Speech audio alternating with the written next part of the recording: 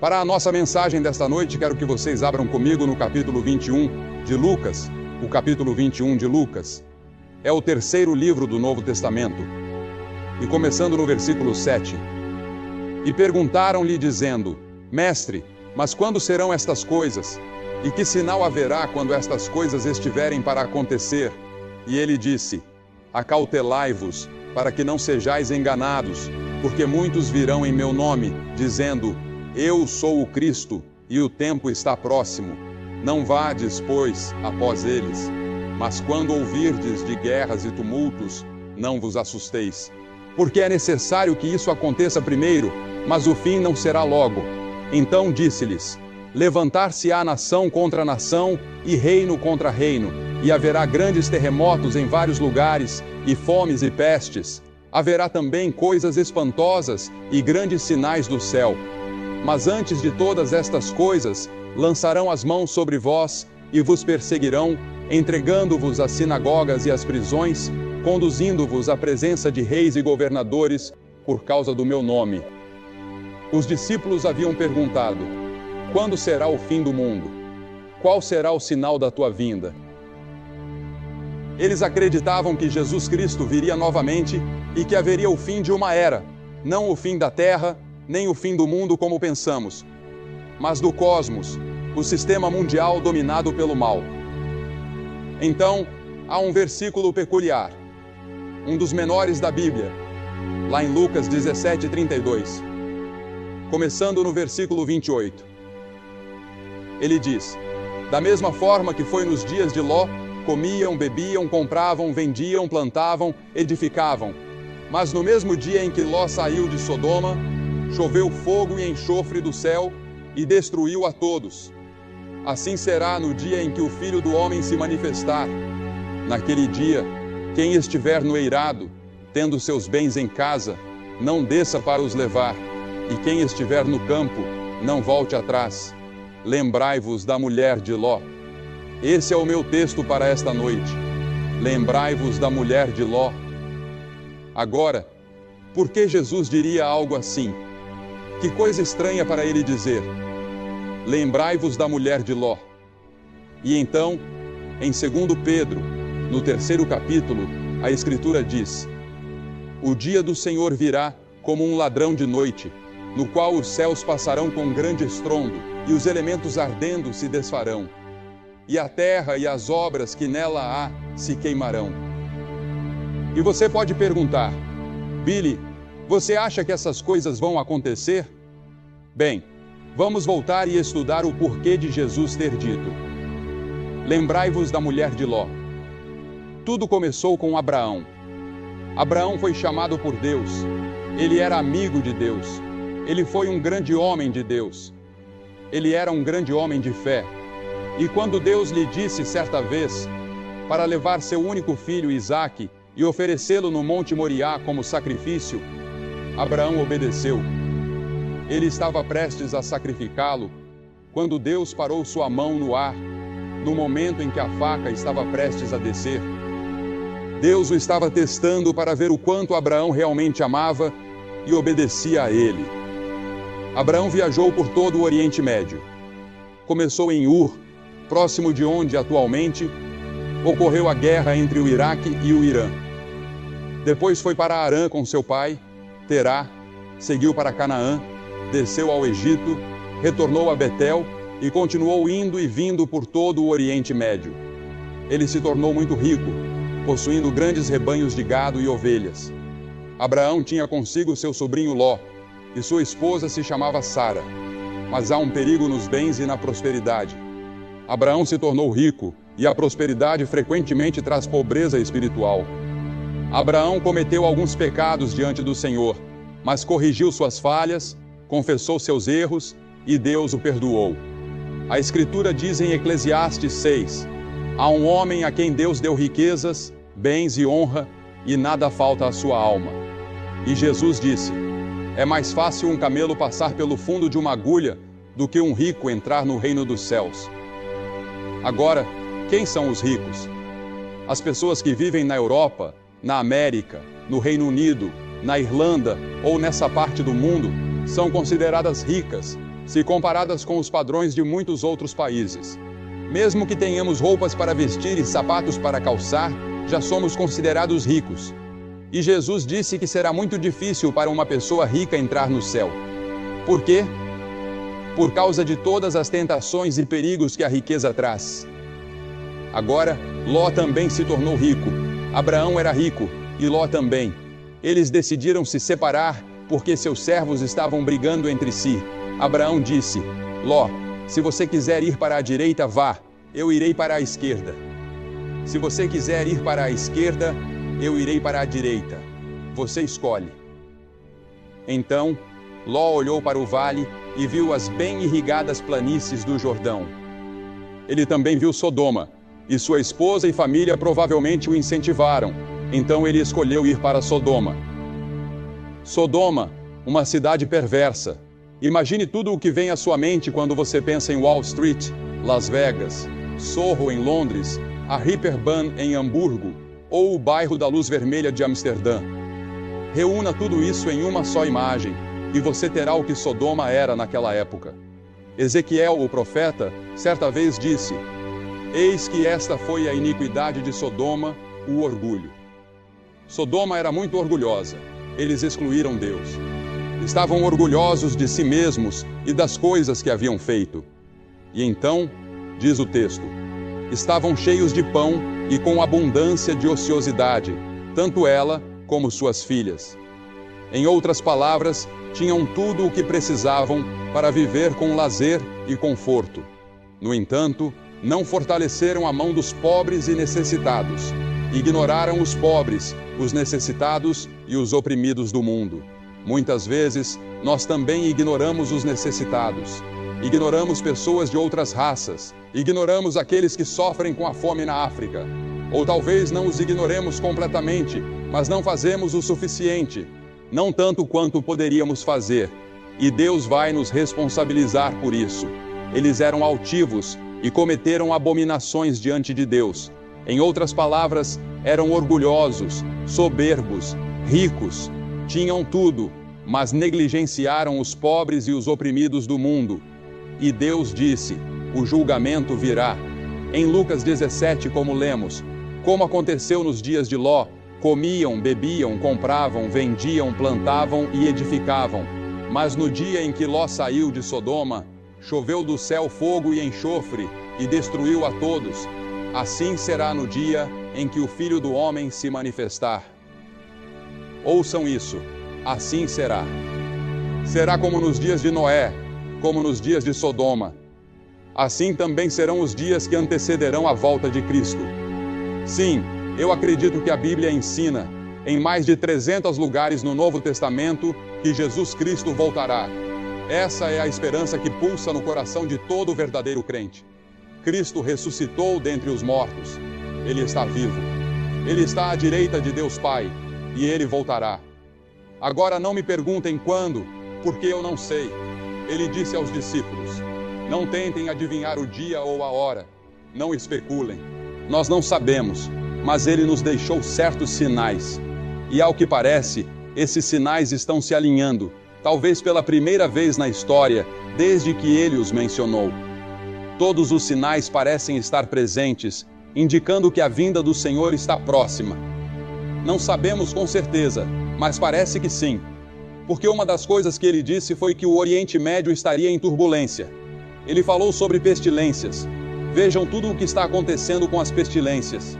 Ele disse que o mundo inteiro estaria em tumulto. Observem o terrorismo no mundo, os enormes investimentos em armas e exércitos ao redor do globo. Todas essas coisas, ele disse, são sinais de que a vinda do Senhor está próxima. Porque veja, o mundo se destruiria se Deus não interviesse. Mas acredito que a Bíblia ensina que Deus tem outros planos para a humanidade. Eu acredito que Cristo voltará e que o reino de Deus triunfará. E aqueles de nós que conhecem a Cristo e têm o reino de Deus dentro de si, reinaremos com Cristo. Estou ansioso por aquele dia em que Ele voltará. Ele disse: 2 estarão numa cama, um será levado e o outro será deixado. 2 podem estar voando em um avião, um será levado e o outro deixado. O caminho para o Armagedom é semelhante ao caminho para a destruição de Sodoma, disse Jesus. Agora observe, eles tinham uma falsa sensação de segurança. Nós também temos uma falsa sensação de segurança. Confiamos em nossa força econômica e em nosso poderio militar. Tudo isso pode desaparecer num instante. Isaías, no capítulo 31, versículo 1, diz: Ai dos que descem ao Egito em busca de ajuda, que confiam em cavalos e colocam sua esperança em carros de guerra, mas não olham para o Santo de Israel, nem buscam ao Senhor. Eles não olham para Deus. Nós não buscamos ao Senhor. Confiamos em outras coisas, em nossos dólares e libras, em nosso poder militar. Mas essas coisas não nos salvarão. Precisamos de Deus. Precisamos buscar ao Senhor. É isso que Isaías estava dizendo.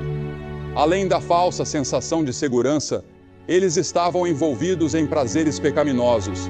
Haviam se tornado insaciáveis. Nós também somos assim. E a Bíblia adverte: o triunfo dos ímpios é curto, e a alegria do hipócrita dura apenas um momento. É apenas um momento no tempo. A Bíblia diz em Provérbios 14: há caminho que parece certo ao homem, mas no final conduz à morte. Parece certo seguir por esse caminho, mas o fim é a morte. Deus diz: até mesmo no riso, o coração sente dor, e a alegria pode terminar em tristeza. Mesmo quando você ri, às vezes não sente tristeza? E quando você lê os jornais ou assiste ao noticiário, com todos os assassinatos e atrocidades que estão acontecendo, você se pergunta: como isso pode estar acontecendo? A Escritura diz que o povo de Sodoma estava ocupado demais para Deus. Estavam ocupados demais ganhando a vida e desfrutando seus prazeres para dedicar algum tempo a Deus. E assim somos nós. Não damos a Deus o primeiro lugar em nossas vidas. Deus não exige de nós um sistema legalista, mas Ele exige o primeiro lugar em nossas vidas. Ele quer ser o Senhor que se assenta no trono do seu coração, que controla e governa a sua vida. E foi por isso que Ele enviou seu Filho, Jesus Cristo, para morrer na cruz e derramar seu sangue, para que os nossos pecados fossem perdoados. Porque veja, o problema do mundo hoje pode ser resumido em uma palavra: pecado. E a Bíblia diz: todos pecaram e estão destituídos da glória de Deus. Somos todos pecadores. Nascemos no pecado. Somos pecadores por escolha e pecadores por prática. E esse pecado nos separa de Deus, de modo que não temos um senso de realização. Não conhecemos o propósito e o significado de nossas vidas. Você pode buscar prazeres e diversões, mas eles não satisfazem. Algo lá no fundo clama por algo mais. Esses prazeres não resolvem o problema do seu lar. Não resolvem o problema do desemprego. Algo está fora de equilíbrio. Algo está errado. Eles também eram culpados de idolatria. Idolatria. Esse é o pecado que Deus mais odeia. É também o pecado do mundo ocidental hoje. Na verdade, é o pecado do mundo inteiro. Romanos 1:25 diz: trocaram a verdade de Deus pela mentira, e adoraram e serviram coisas criadas em lugar do Criador. Qualquer coisa em sua vida que ocupe o lugar de Deus, torna-se o seu Deus. Qualquer coisa que domine seus pensamentos e tome mais do seu tempo do que o Deus vivo, torna-se o seu Deus. Além disso, eles também eram culpados de perversão sexual.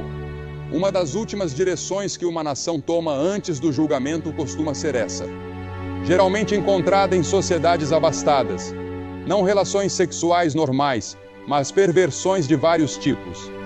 Tentativas de encontrar novas maneiras de obter prazer através do sexo. Isso se torna uma ocupação em tempo integral para muitas pessoas. Basta ir a uma banca de revistas hoje e você verá uma infinidade de publicações dedicadas a isso, tentando encontrar algum novo ângulo, alguma nova abordagem. Agora, no meio de tudo isso, em Sodoma, vivia Ló. Ele havia escolhido Sodoma como seu lar, e as Escrituras dizem que ele era infeliz e estava atormentado. O problema de Ló era que ele tinha um pé no reino de Deus e o outro pé num mundo pecaminoso. Ele estava preso entre os dois. Ele não era feliz no mundo pecaminoso. e também não era feliz no reino de Deus. E muitos de vocês são assim. Vocês frequentam a igreja, são membros de uma igreja, acreditam em Deus com a cabeça. Às vezes leem a Bíblia e têm uma aparência religiosa. Mas lá no fundo, sabem que seus corações pertencem ao mundo, ao cosmos, a este sistema mundano dominado pelo mal. Muitos de vocês têm uma herança cristã. Seus pais eram cristãos. Vocês aprenderam sobre a Bíblia na escola. Mas agora, vocês são homens ou mulheres do mundo, ou jovens, mas nunca se sentem plenamente satisfeitos com seu relacionamento com Deus. Algo está errado, algo está faltando, algo está perdido. Vocês sabem o que é. Talvez nunca tenham nascido de novo. Talvez nunca tenham realmente recebido Cristo de forma total e completa como seu Senhor e Salvador. E nesta noite, nesta última noite dessa grande missão, esta é a sua noite de fazer esse compromisso. Nós temos esperança em Cristo. Nós temos algo a oferecer às pessoas. Um novo dia, um novo reino, um novo mundo. Um novo mundo está para nascer. Um novo céu e uma nova terra. E nós faremos parte disso porque estamos no seu reino. Jeremias chorou por Jerusalém porque viu que o julgamento estava chegando e ele foi chamado de o profeta chorão. Jesus chorou por Jerusalém 700 anos depois e disse: Jerusalém, Jerusalém, quantas vezes quis eu ajuntar teus filhos, como a galinha ajunta os seus pintinhos debaixo das asas, e não quisestes. Agora o julgamento está vindo sobre ti. Deus avisou Sodoma. Ele enviou 2 mensageiros para alertá-los, mas a esposa de Ló não acreditou. Ló acreditou. Os mensageiros alertaram. A esposa de Ló foi avisada: não olhe para trás. Mas ela não creu. Ela olhou para trás e se transformou numa estátua de sal, exatamente como tinha sido avisada. A ira de Deus foi derramada sobre Sodoma. A esposa de Ló, assim como Abraão, sabia que isso estava chegando. Abraão orou e disse: Senhor, se encontrares 50 pessoas justas em Sodoma, pouparás a cidade. Deus disse: sim. Abraão perguntou: e se forem 45, e 30, e 20, e 10? E Deus respondeu: sim. Mas não havia nem mesmo 10 pessoas justas, 10 pessoas totalmente comprometidas com Deus. Assim, o julgamento veio. Agora, qual é a lição que aprendemos com essa declaração? Lembrem-se da esposa de Ló. Por que Jesus disse isso? Primeiro, lembre-se de que ela era a esposa do sobrinho de Abraão. Ela viveu na tenda de Abraão muitas vezes e viu o poder de Deus. E a quem muito é dado, muito será exigido.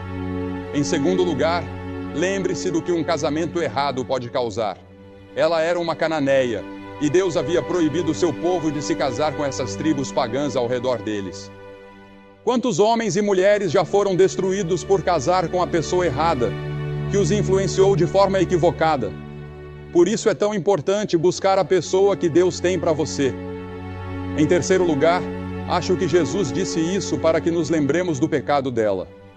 Parece um pecado tão pequeno, mas representava algo muito mais profundo. Representava anos de incredulidade. Representava rebeldia contra Deus em muitas ocasiões. Deus, em sua misericórdia, estava dando a ela outra chance. E Deus disse: não olhe para trás, não olhe para Sodoma. Sodoma estava sob o controle do diabo, mas ela não conseguiu evitar. Seu coração ainda estava em Sodoma, mesmo enquanto escapava do julgamento. O pecado dela não parecia tão grande, apenas olhar para trás, mas algo mais profundo dentro dela a fez olhar para trás. E em quarto lugar, lembre-se de que ela estava quase salva. Eles estavam no portão de Zoar, a cidade de refúgio. Naquela época, as cidades de refúgio eram locais onde as pessoas podiam correr caso tivessem cometido um crime, como o homicídio, até que seus casos fossem resolvidos e eles tivessem um julgamento justo. Isso era necessário, porque a justiça muitas vezes era feita com linchamentos ou apedrejamentos instantâneos. Eles estavam bem na entrada de Zoar quando a esposa de Ló olhou para trás. E foi naquele momento que ela se transformou numa estátua de sal. Agora, a Bíblia diz que Agripa, o grande rei, ouviu Paulo pregar, e ele quase foi persuadido, mas ele endureceu seu coração. Muitos de vocês estão quase persuadidos de entregar sua vida a Cristo, mas vocês vão arriscar que podem fazer isso sem Ele. Alguns de vocês estão assim. E então, em quinto lugar, lembre-se de que ela foi oferecida a salvação. Cristo é o lugar de salvação e refúgio. É na cruz onde Deus derramou o seu amor e onde nossos pecados foram levados por Cristo. Ele se fez pecado por nós, que não conhecíamos pecado. Ele levou os seus pecados e os meus pecados. Ele tomou o meu julgamento. Ele levou o inferno que eu merecia naquela cruz. E quando ele disse, meu Deus, por que me abandonaste? Foi porque Deus não estava olhando para ele. Deus não abandonou seu filho. Ele abandonou o pecado que ele se fez por sua causa. Ele levou o inferno que nós merecíamos. Ela foi oferecida salvação. Ela poderia ter sido salva. Isso era o que estavam tentando fazer, levar ela ao lugar seguro. E então, em sexto lugar, lembre-se de que Deus nunca julga sem avisar. Ele sempre avisa. Tivemos uma inundação, alguns anos atrás, nos Estados Unidos, que matou centenas de pessoas em Johnstown, na Pensilvânia, e eles foram de um lado para o outro no vale, avisando as pessoas de que a barragem tinha uma rachadura e que poderia quebrar a qualquer momento e pedindo para evacuarem. Mas as pessoas não evacuaram. A barragem quebrou uma noite e dezenas de pessoas perderam suas vidas. Mas eles haviam sido avisados. E então, em sétimo lugar, lembre-se de que quando Deus avisa, há perigo em adiar. As Escrituras dizem, prepara-te para encontrar com o teu Deus, não adie. Quem endurecer o coração, sendo muitas vezes repreendido, será subitamente cortado e sem remédio. Venha a Cristo enquanto você pode. Agora é o tempo aceito. Hoje é o dia da salvação. Eu vou pedir que você fuja para o lugar seguro. O único lugar seguro e seguro em todo esse mundo é na cruz de Cristo e no túmulo aberto. Eu vou pedir que você faça algo que vimos milhares de pessoas fazerem esta semana, aqui neste estádio e em outros auditórios pelo país. Eu vou pedir que você se levante do seu assento. Centenas de vocês se levantem do seu assento agora e venham ficar em frente a esta plataforma e digam, ao vir, eu quero ter certeza de que meus pecados estão perdoados e que eu vou para o céu. Eu quero ter certeza de que estou no reino de Deus. Levante-se e venha. Centenas de vocês. Ninguém saindo do estádio, por favor, neste momento santo, enquanto as pessoas já estão vindo aqui em Bramall Lane. Você sabe, na noite em que eu vim a Cristo, eles cantaram 2 músicas e eu vim no último verso da última música. E eu era líder na minha igreja, líder de jovens. E estou feliz que eles esperaram por mim. Nós vamos esperar por você. Deus está falando com você. Há uma voz pequena dentro de você que diz que você deve vir. Você vem.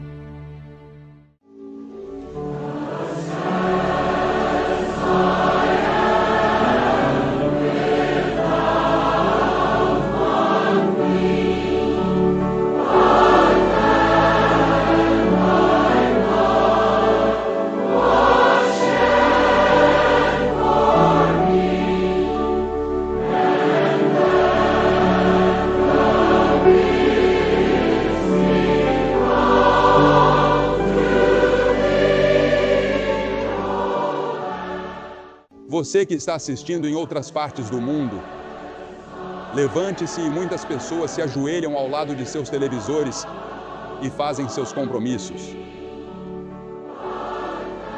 Alguns fazem seu compromisso deitados na cama. Onde quer que você esteja, pode ser em um bar. Recebemos tantas cartas de pessoas que assistem à televisão em um bar e fazem seu compromisso. Ou em um quarto de hotel. Se você estiver nos Estados Unidos ou no Canadá, pegue o telefone e ligue para o número na tela da sua televisão e faça esse tremendo compromisso com Cristo. Não deixe essa noite passar sem fazer o seu compromisso. Nós vamos esperar por você de todos os lugares, há muito tempo. Levante-se e venha. Esta é a maior decisão que você tomará em toda a sua vida.